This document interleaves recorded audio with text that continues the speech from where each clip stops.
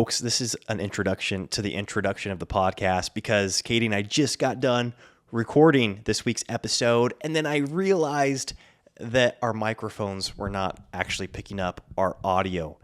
Just the computer microphone was picking it up. And so the audio quality is not what you're probably used to. But we decided to keep the episode anyway because we really enjoyed recording it. We really liked the conversation, and we were like, is there any way to do that over again and have it be as fun and spontaneous and heartfelt? And we looked at each other and we looked at each other and we were like, no, it's impossible for it to be as genuine without it being spontaneous like it just was. And so this is the introduction to this week's episode. Please apologize to us for the audio you're about to hear. No, I'm saying that I'm apologizing to you, and please forgive us for the audio quality that you're about to hear. But hopefully you guys can still get some helpful tidbits from this episode. That's it. That's all I'm saying. Okay, here we go.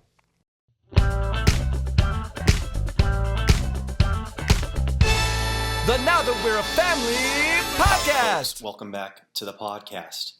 Before we start today's episode, I've got a question to ask each one of you. If you're married, would you rather your marriage get worse, stay the same, or get better? When I ask Katie that question, she responds by saying she would prefer for it to become better. And so we're going to do this episode with the assumption that that's the answer that you are giving us as well. In all seriousness, Katie and I have recently been talking about this thing that people talk about, the 7-year itch, in marriage, where apparently it becomes dull, or marriages start to fail oftentimes. And we're like, well, boy, we're getting ready for year 7 of our marriage. What can we do to keep our marriage fun and exciting and fulfilling and ultimately better? Make it better. What can we do to make it better? Well, Elisha was giving me a rundown before we started this podcast on what we've been doing for the last few weeks, because he's like, I think we should probably give people an update on the podcast. And I was like, what have we done? I have nothing to update people on. And then he started giving me a list, and I was like, wow, we have been pretty busy this summer. Yeah, it's like a midsummer update, and it has been a busy summer, but oftentimes with busy seasons, it's hard to quantify or to really measure backwards and see what you've done, what you've been doing. And so we thought we'd give you guys a brief update on things pertaining to not so much of our personal. I mean, we'll give you some personal life updates, I guess, if anybody cares about those. But primarily, I think mainly, as far as the personal life, this summer has gone a lot better for me because Elisha has taken a solid chunk of the social burden that comes this summer and a solid chunk of all of this chunk of the work burden that comes this summer, this year, which has been huge for me because last year we were both just totally run ragged with the social obligations, quadrupling in these months, and then work obligations being really heavy last summer for me. And this year it's kind of different because I cleared my plate a month ago. I'm just chilling and taking naps and just having a lazy summer, hanging out with the kids. I do not think you could qualify your summer as being lazy. It's been very relaxed, and it's the first summer in a while that I've had a really relaxed summer, and that's thanks to you, so I really appreciate it. And Elisha's also been going to a lot of the events that we would have probably brought our whole family to last year, but we just felt like it was a little too much wear and tear happening last summer, and so he's just been showing up as our ambassador to some of these things, and so we've been able to be a little bit more selective as to what we're bringing the family to. So that's contributed to just a lot more rest. Well, I'm glad you feel that way. And I mean, if anybody knows Katie, you know that she's not one to just kick her feet up and do nothing, even if she has the ability, or the freedom to do that. Because maybe you aren't working on things that are deadline required or as pressure cooked as you were this time last year. But you're always creating, you're always working with the kiddos, and you're doing a lot more projects and activities that aren't as seen by maybe people online, or they're not as heard about, in this podcast. So you're always working your face off and growing, and definitely being a blessing to our entire home. Oh, well, that's sweet to hear from you. Well, it's sweet of you to be that way, I tell you what. But with other things, Yeah. I mean, Katie launched her homeschool course, which was a huge win. You kind of alluded to That last was month. amazing. Yeah, we had Yeah. 200 women sign up, which is incredible. The feedback from that has been so good. So that just makes me really happy that a lot of you are considering homeschooling or have found new things to apply to your current homeschool, new ideas and systems and way to do things. So that just makes me really happy. The enrollment is still open even though the launch week is over, and it will be open until this fall. So there's no rush to jump in there if you're kind of curious about what it's all about. But that was a big blessing to launch that, and that was my last launch for The rest of your life. the rest of my life. No, for a big season. So it was really encouraging that went well. And then I guess another thing as far as the like kind of what I did and what I closed was I launched this membership program on the back end of the Get It All Done Club, and it's called the Mavens. And I'm really grateful all the women are still in that group, but I shut down the content creation for that group. So I'm no longer adding new content. It's no longer a paid thing. And that just took a lot off my plate. Elisha and I thought, it'd be cool. I have all these ideas, right? And I thought, I really would love a place to share them and work alongside women more individually. But it just wasn't the right season for our family life and for our marriage. And my brain was really taken up with that group as much as I loved it. So we had an incredible couple months over there, but closing that down did give a lot of free space in our life. So that was a good thing that we said no to, even though it was kind of like saying no to the good to say yes to the best kind of situation. So still grateful for all the girls in there, though, and we're staying in touch. Yeah, that was ultimately a total win, but I'm so grateful, you had the ability to kind of pull back from that and to free up that time once again. Yeah, all the ladies were so gracious. So if you're a Maven, thank you guys for being so gracious with me being feeling the need to just pull back from that. Yeah, if you're a Maven, you need to. It's like it's becoming all the more exclusive that you are even able to get in because it's probably never ever going to be available again. So I was just like, if I was saying it, that was the one time that's ever going to be a thing. Yeah, we'll see. That's partially true. Yeah, it's partially true. Okay, so Katie, how did this discussion around marriage and all this stuff? Were you going to give any updates on your end? If you want, what do you want an update on? Well, you did the Growth Initiative call. Oh, I did. You're right. Well, thanks for bringing that up. Yeah. So the Growth Initiative is a 6-week program, but there's also a quarterly call that comes with that. So we've got like a more intensive 6-week program, but then there's follow-up calls every quarter after that 6 weeks. And we had one of our quarterly calls just this week. And it was awesome. It's crazy how I'm so prone to thinking like, this is not the right timing. It's so busy. People's summers are busy. My summer's busy. Do we really have the time? Is it really worth taking the time to devote towards, vision casting and assessing our goals and our progress and tracking where we were 3 months ago and where we want to be 3 months from now? And yes, the answer is like, yes. If you're feeling like it's not, at least for me, if I'm feeling like it's not a good use of my time, it's almost like all the more important for me to put time into looking to the future, putting some things down on paper, evaluating the past, and then, assessing where I'm currently at, and then hearing from other men and seeing their growth and the projects that they're working on and the growth that they're working towards is always so inspirational and puts so much wind in my sails, which, nothing. What more can you ask for? What more can you ask for? Yeah, exactly. I've been really grateful. I've said this before, but I'm really grateful for your husbands that are in the Growth Initiative. I'm talking clearly to the wives here. Because it's an incredible group of men. And I'm so grateful that Elisha has the ability to stay in touch with all these guys and to work through things with them. I just think it's such a cool opportunity. So that happened. And then, I guess the last thing I wanted to update you guys on, this isn't really an update, but here on the podcast, we've kind of not been recording real time because of the whole interviews. And then, this podcast we are recording the week that it is releasing, but it's kind of like hit and miss for us as far as when these are coming out. So as far as real time, what we're doing, the Top 5 Tuesday email is where you guys can see on a weekly basis what we're doing as our family and kind of behind the scenes of what life looks like. Yes, that's a good point because those emails are always in real time. I'm talking about stuff we're learning or doing or working on that week. Yeah. And why I'm bringing this up is because we've talked about this shift before, but we are going to be headed back into a shift on our Instagram, which is where I share a lot of the like real life updates, behind the scenes, stuff like that of our family life. And we think we're just going to pull back from that and make it more of just a professional front and less of our home life situation. There'll just be a lot less of that going on.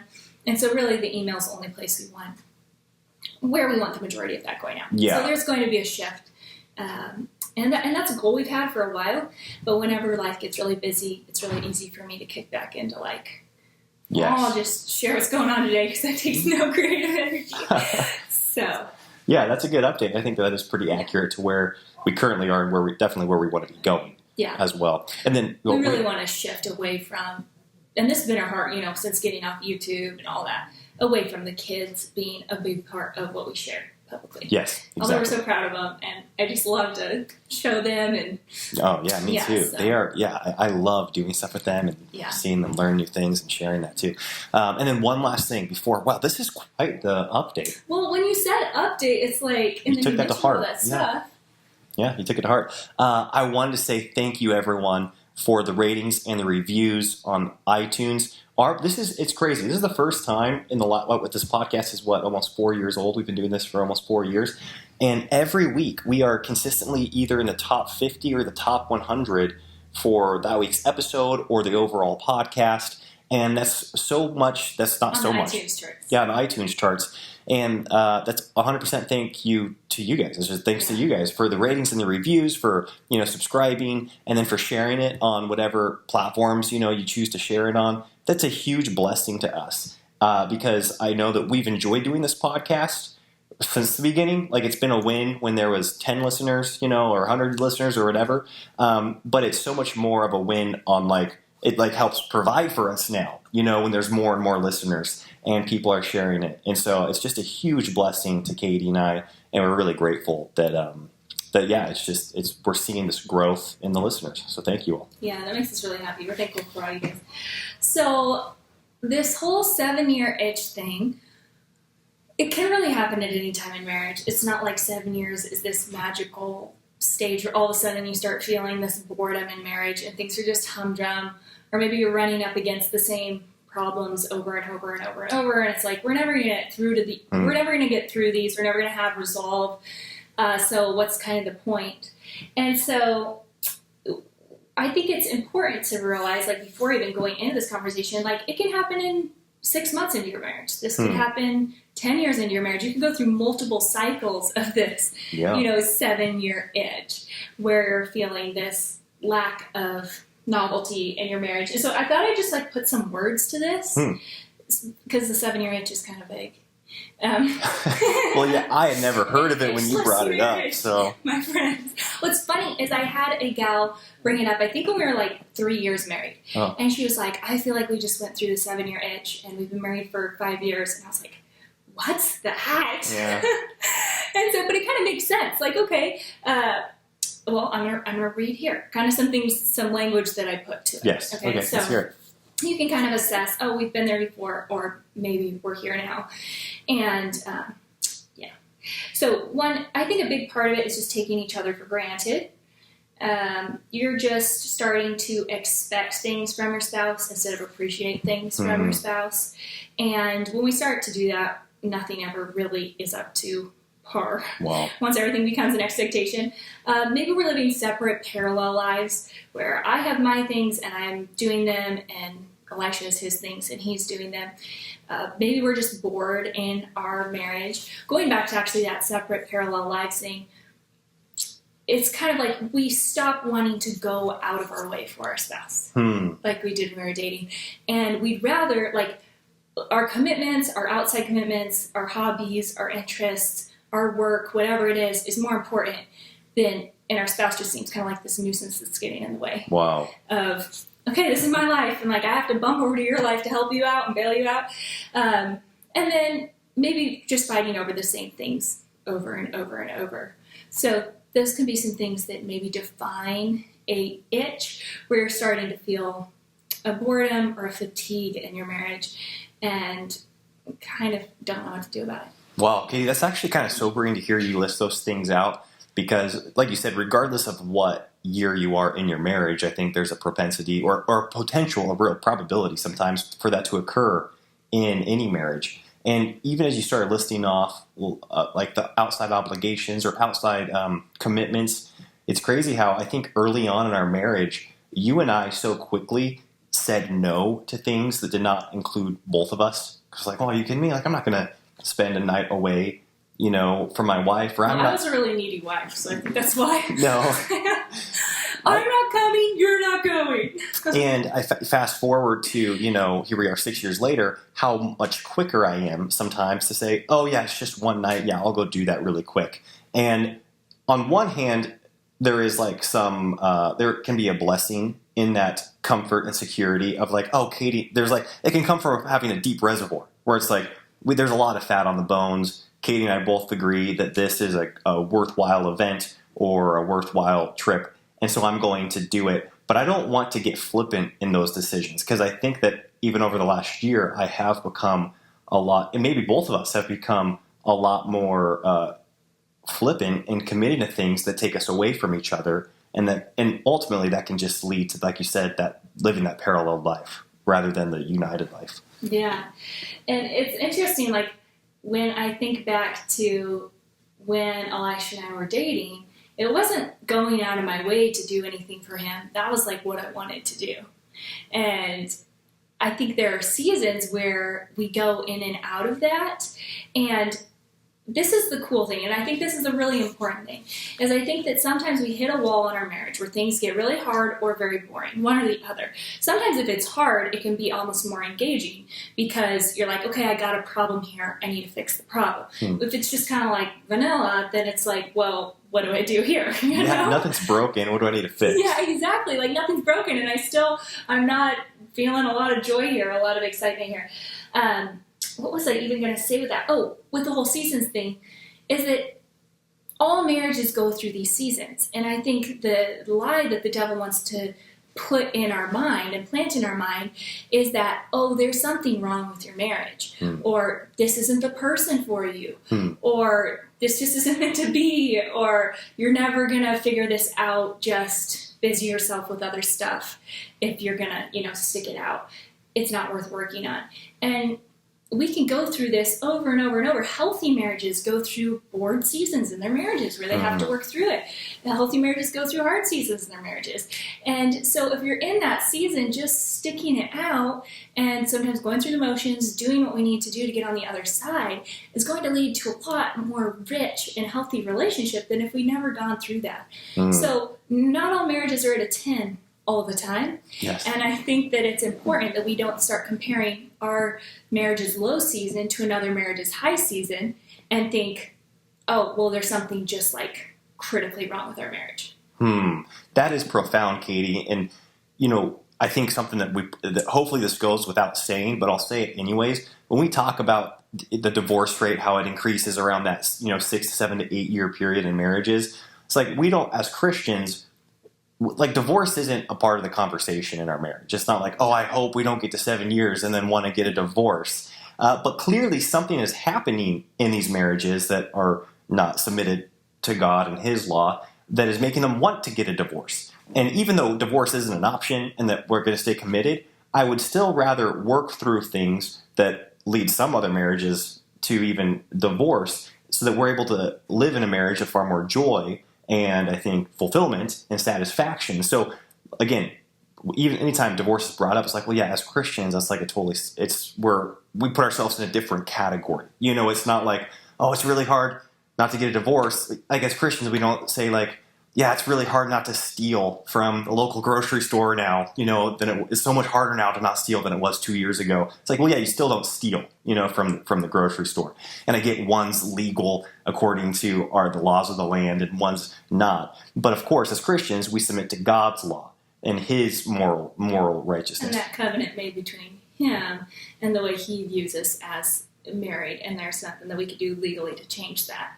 But I think ultimately, I don't want a marriage we've all seen these marriages where they've been married for 25 years, but they hate each other's guts. Oh, And yeah. they've been married for 25 years. They're married on paper, but there's no intimacy in their relationship. And they're just in the same home and share the same last name, but there is no unity in that marriage. And that's what I want to avoid in our marriage. I agree.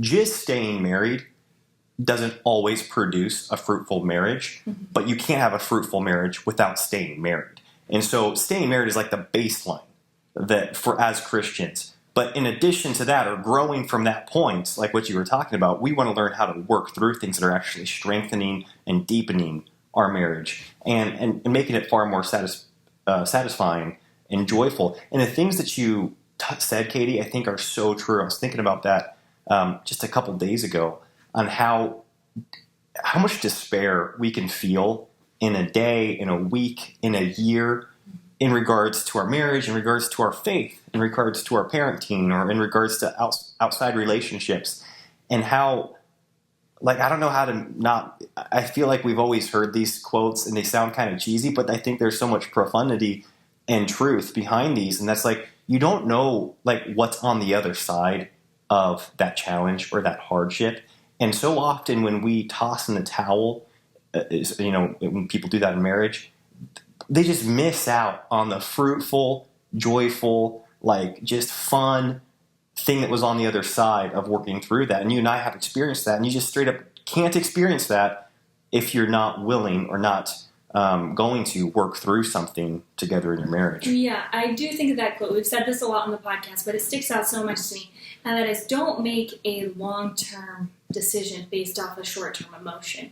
And our emotions can seem so potent in the moment where it's just like, we're never going to get through this, ever. I just know it. I know it to my core. And you do. You can. Yeah, you can. You can. You don't always, but you can. And just making those long-term decisions can be so detrimental to our lives. And again, there's a lot of ways to opt out of. There's a lot of ways to throw in the towel on your marriage. It's not always throwing away your wedding ring. A lot of us do that just by sticking in the marriage and emotionally disconnecting. Right. Saying, I'm done, Yeah, something that I thought about, and I even wrote it down when we were talking about this, which is pretty serious for me, is that just like us as people, our marriage is never going to be the same. Like there is no, I think in the introduction I said, you want your marriage to get better, stay the same, or get worse. Well, stay the same, it's like that doesn't happen. Like just, we know that our human bodies are changing every single day. Like just the new cells that are created. Isn't it like in the billions or something? Like, I mean, I don't want to go on record for saying anything. I'll go on record because people know I'm an expert in biology. So yeah, there's billions of new cells created in your body every single day. The point that I'm making is that our bodies are changing, which in turn does affect the way that we think, even though our souls, our minds, our bodies, like they're different, they're all connected. For example, like when our bodies grow older, we don't think as much. Like we don't think, going out and, playing tennis or going out and jumping on the trampoline sounds like so much fun. We don't think that way anymore because of where our bodies are at, right? Yes. And so the way that our bodies change does affect our thinking. Except for tennis. Old people do love I know, that's why I changed to jumping on the trampoline. So I was like, I feel like, say that, 'cause I feel like someone who's been married for 60 years is going to be like, I love playing tennis with my spouse. Oh yeah, and more power to them. I love. They're so good at it. They are so good at it. Okay, don't derail me from my point here, Katie. Sorry. The point that I'm saying is that like 10, say whatever, 15, whatever, 10 years ago, it's like you could be like, all I want to do is like go off a rope swing and do a triple backflip, and then time goes on, and you're like, okay, like that doesn't sound as fun anymore, and a lot of it's due to like your body changing, and it affects the way that you think, right? So how does this relate to marriage? So we are changing. The point that I'm making is that our bodies are changing, and therefore we cannot have a stagnant mindset towards our marriage or expect that it will stay the same unless or not get worse without us proactively putting systems in place and taking action that is going to greatly benefit our marriage and enhance it and pour into it. And so I think that a lie is like, 7 years from now, something bad must have really happened if like the marriage is stagnant. It's like, well, no, maybe just nothing happened, but you grew apart because you are changing, you are growing, your thoughts are changing, your feelings, your emotions, your desires are changing over that time. And so if you're not proactive in changing them together and growing together and fusing them with your spouse, then I think inevitably you're going to grow apart. Yeah, that's good. So jumping into kind of like some things that are hopeful or things we can kind of look at as far as, okay, maybe we're feeling this in our marriage. I think I felt this probably when we were in Hawaii. Did you feel this too when we went to Hawaii? Yeah, that was crazy. We've already talked about it too. We have talked about it. But that was probably the biggest time. We're sitting on the beach and I was like, we just like this. We should be having the time of our lives. And I feel like we're both kind of bored and mad at each other. And like, what is wrong?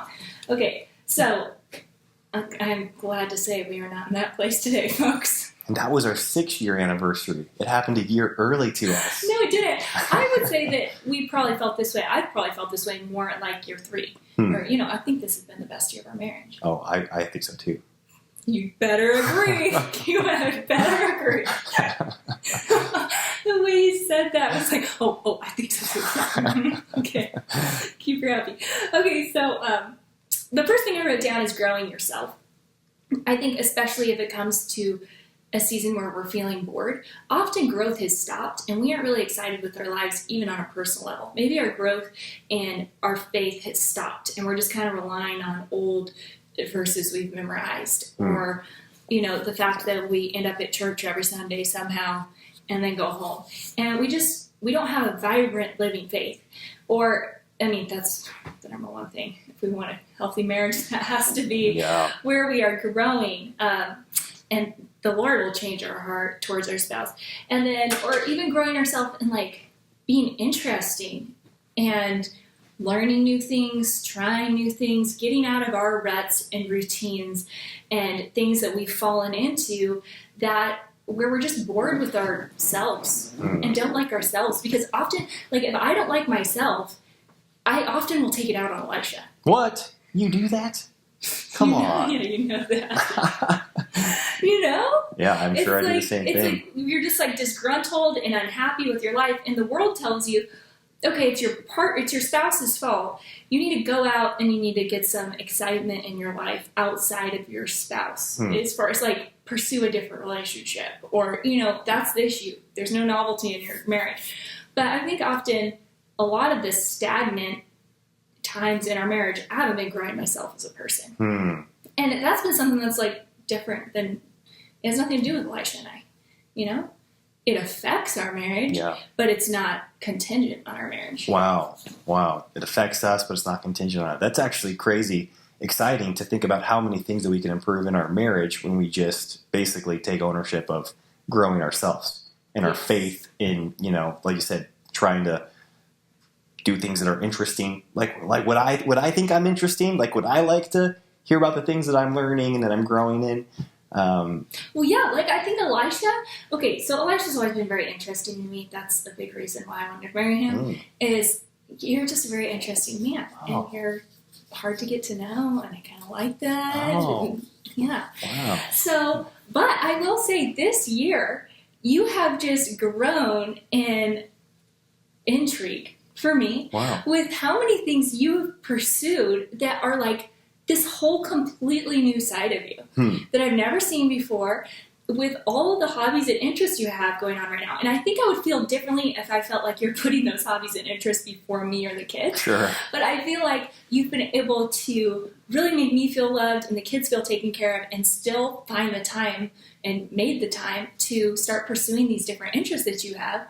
And it's really inspirational to me to see you do it, and it's very interesting to hear what you're learning about and the cool new stuff you're pursuing.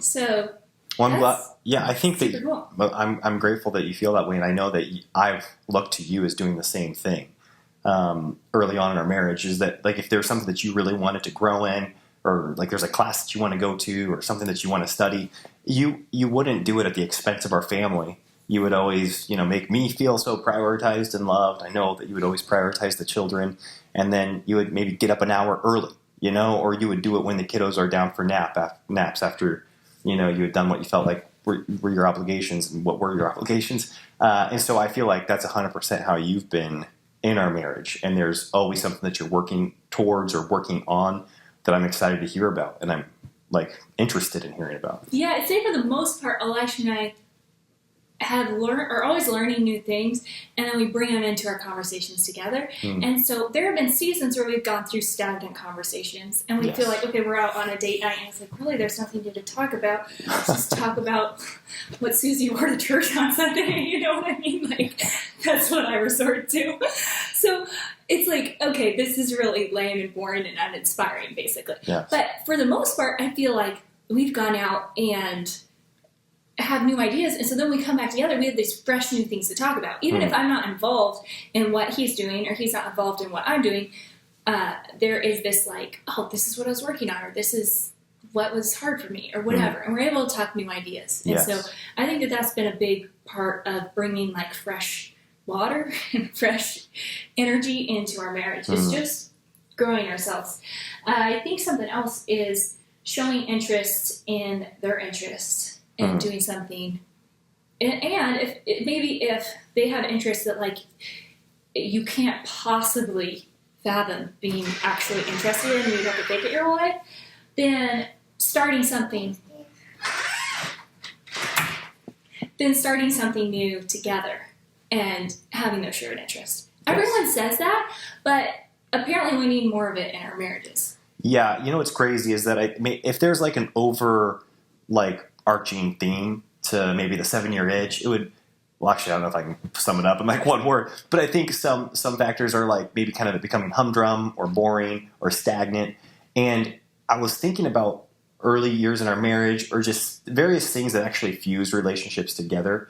And a lot of times I think it is sharing not just experiences, but experiences that evoke emotions. And emotions really do drive you towards relationship. And hopefully you want it to be with your spouse, right? Because if you go through emotionally charged situations with somebody that's not your spouse, that's of the opposite sex, it can then start to be a conflicting relationship to your marriage. And like this, and I think that this happens sometimes not in unhealthy ways, but you just like see it happen. Like if you go through a dramatic experience, you know, I think about like when we saw that car accident happen, Katie, and it's like there was us and like a few other people that responded before the ambulances got there and they were able to help the injured people. It was like a really traumatic experience, and you felt like this instant bond with the truck driver and the other people that were helping people get out of the cars, and like, you know, you're dealing with blood and all this stuff.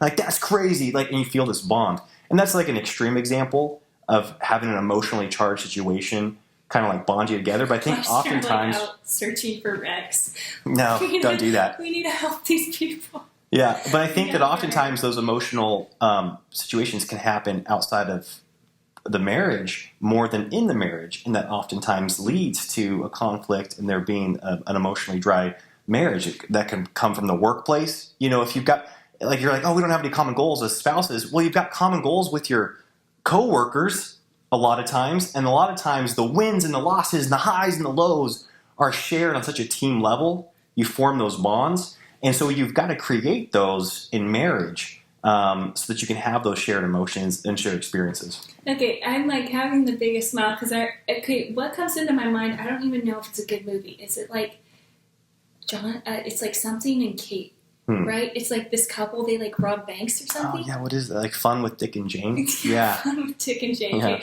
I'm not recommending that because I think we watched it when we were first married, and we've grown a lot in our standards since then. It's more like I have no clue what happened. But what stuck out to me was after watching that movie, Elisha and I, we didn't go out and rob a bank, but we like put on those black masks, and like we got like nylons, basically put them over our head, cut out little holes for our eyes, and we sat on the couch. It was terrifying looking back, and we made this like hostage video. Mm-hmm. And then we snuck over to my parents' house where they were watching a movie. We put licorice all the way from the top of the stairs where they were watching a movie all the way downstairs. And they have a 5,000 square foot house. We like ran it all the way to the back bedroom where on the TV, we plugged in our computer and broadcasted it on the thing, which was our like video. We're like wearing all black with our masks on. Okay, so we went a little far because my family was terrified. Yeah. And it was just supposed to be a joke. Like, we thought they'd instantly know it was us. What we were impressed by was that we were able to sneak into their house and set up this elaborate, like, get within 2 feet of them and not have them see us. And then we drove home. But we went a little far because the video, I guess, was a little scary. And well, also they probably, we could have easily gotten shot too.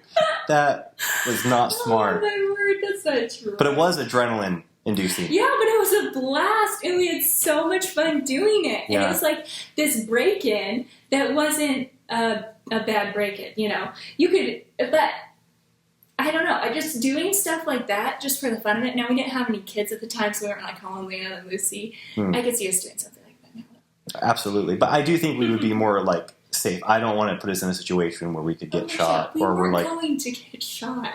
Yeah. Or just like, I don't want to overtly break the law. Like that wasn't overtly. Yeah, that's what I'm saying. So I do think that there are really fun things to do as a couple that aren't like that you can get a lot of adrenaline from. And if it goes wrong, you don't end up in prison, you know? Yeah, my parents weren't going to prosecute for us putting licorice on their stairs, so it worked out great. But it's just something like totally fun, something totally out of the ordinary. Yes. Okay, so doing stuff together that is fun and maybe a little thrill-seeking. Okay, and then saying your thanks for everything. This is so simple, but Elisha is so thankful to me for laundry, for food, for like the bare bones things that you could say are expectations. I mean, I am a housewife. I stay home all day long. That stuff should probably be getting done. And I just don't feel like he ever takes it for granted. And as such, I don't feel like he ever takes me for granted.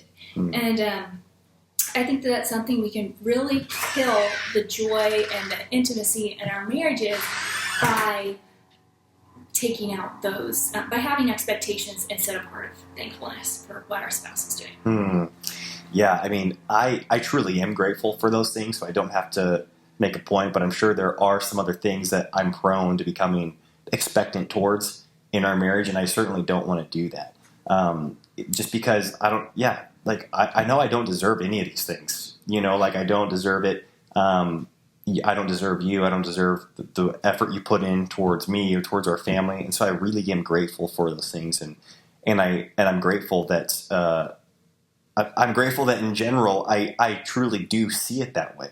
Like, and I know that there's times where I'm tired or oblivious or, you know, maybe apathetic towards a lot of the effort that you put in, and that doesn't make you feel good. But I know that I really appreciate you in general.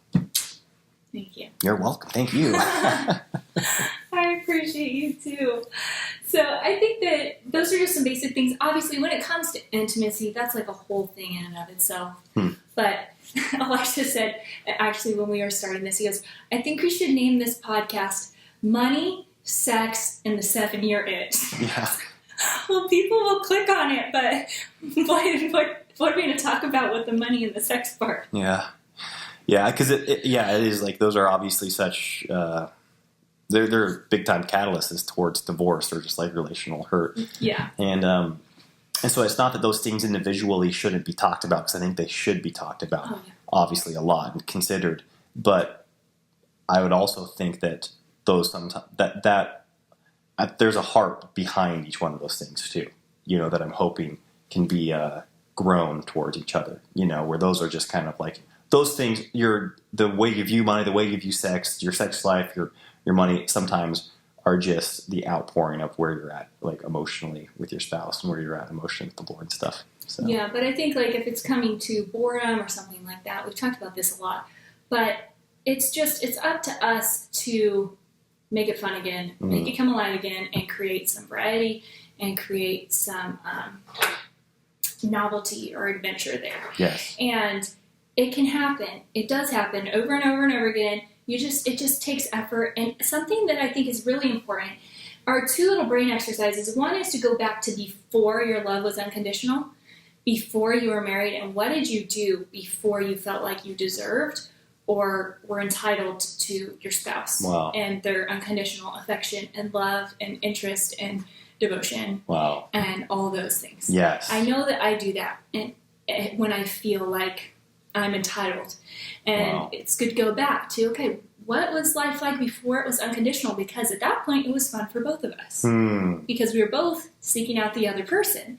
And when Elisha and I are in a marriage where we're both seeking out the other person, we're in a season of that, it is so fun and vibrant. Wow.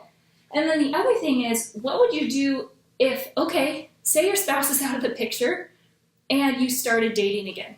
What would you do differently than what you're doing now? Because I guarantee you, I'm speaking from a woman's perspective here, you would put more effort into your parents. You'd have your home clean if you had X, Y, and Z over, because you're wanting to put your best foot forward. Wow. You'd do so many things. You'd be interested in the really boring basketball game that he's talking about. You'd do all these things, and all people are the same. As far as we all sin and we're all going to have issues, and say it's not with your spouse, it's with someone else, you will hit this same wall of boredom or lack of novelty or hard times with them. And I think another lie that's out there is that, my spouse is the one creating this situation. But every relationship has that situation. If it's a guy, if it's a different guy, he's going to probably go through the same things where he's not going to open up, maybe, or he'll still be tempted by beautiful women, or maybe he'll still be insensitive. Like, all these things, like, he's still going to get on your nerves sometimes. He's still going to sin, right? Or if it's a woman, she's still going to get insecure sometimes. She's still going to nag at times. She's still going to question you at times. Like, these are, at our weakest levels, we all share the same problems. Wow. And you finding a new woman is not going to take away the facts that your current woman is, like, the weaknesses that your current woman is struggling with. And, like, pouring into her and loving her and making her feel vibrant is going to drastically change your marriage. And I feel like it's the same way with your husband. You being... me, being a safe place for Elisha so that he can open up.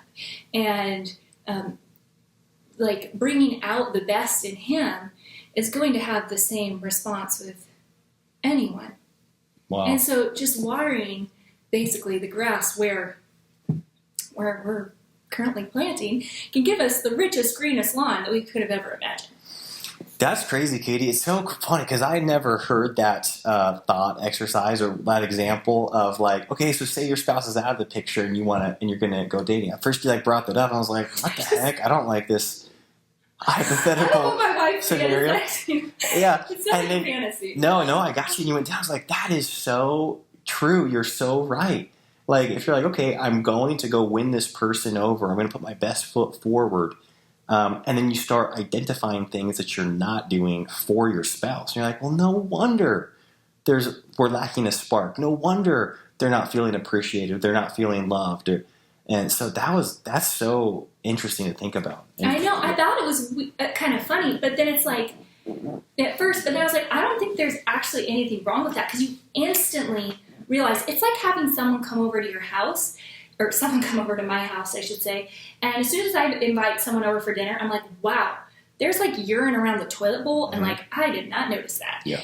Or there's stuff all over the walls and I did not notice that. And as soon as you're like, okay, it's not my husband and I'm trying to impress someone else so that they want to unconditionally love me and devote themselves to me, it's like, it just is an instant like, oh, wow, I am not up to that level. Wow. Like, that's not going to be easy for anyone to do right now. Wow. And I think you realize the effort that your spouse has to put in. And I've done that before. Wow. And I'm like, wow, Elisha has to put in a lot of effort to love me right now. And I want it to be easy and fun. In general, it is. Yeah. Percent of the time.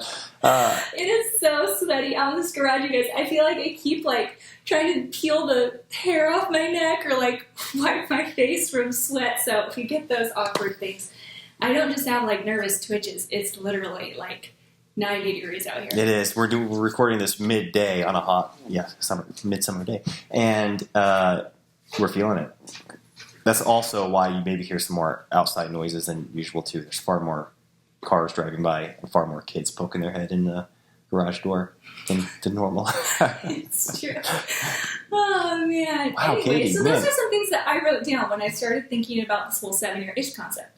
Wow, I'm inspired. Seriously, I thought, this is not. It's funny when I brought up this concept. You're like, I don't know if I would have time to come up with ideas. I was like, okay, well, let's just sit down and maybe we can just kind of have a conversation around it. And those were action-packed points I'm inspired. When I don't have any idea what I'm going to say, I end up saying more because I put time into thinking about stuff I'm going to say. If I feel like I have a pretty general grasp of the podcast or the topic, we just kind of wing it more, you know? Wow. Yeah. Which you clearly did. You just had a good grasp. Why did you say it was clearly that I was winging? Well, I don't see any notes. Yeah, it's true. More like it's clear to me. But you said you wrote something down, so I did, yeah. I'm glad you shared that. Yeah. I'm glad you shared everything you shared. And I think that this was a great topic to bring up. It was. It was so helpful for me to think through some of those scenarios.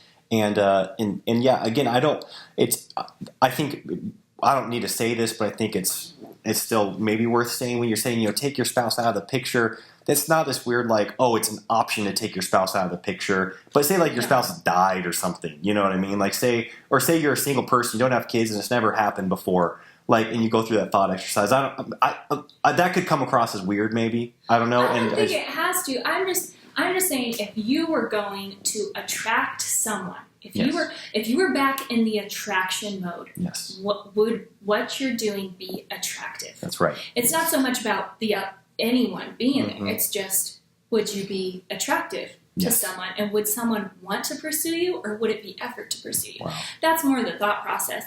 It's definitely not a like, if X, Y, and Z walked in the door. Yeah. I mean, I don't know. You're my dream man. I'm your X, Y, and Z. Yeah, you're my X, Y, and Z. Nice. A, B, C, D, E, F, G. Yeah, and it is fun to think back to when we were dating, and there was that real, like you said, there wasn't that unconditional love. We were not bound in or joined in that covenant, that holy covenant. And there was the real fear of loss. There was that fear of like, they are not mine right now. I want them to be mine. And you were far more, or at least I was far more willing and eager and excited to go above and beyond to really prove myself. And even though, yes, we're in this covenant and I'm not going to lose you to someone else and your affection is not going to be directed towards someone else, I can lose, I think, like an element of our love and the deepening of our relationship. I can lose emotional connection with you. I can lose there being more intimacy in our marriage if I'm not pursuing that and trying to win it. And I feel, you're like, this year I feel like you've written me more letters than ever in our life. Like, you've written me so many letters. You brought me so many flowers. Wow. You get up before the kids, and I wake up to little notes in the bathroom, and you've just been so thoughtful. And wow, man, Katie, making me feel good about myself here. Well, that's because you're making me feel so loved. So I feel like you go out of your way all the time for me. And even okay,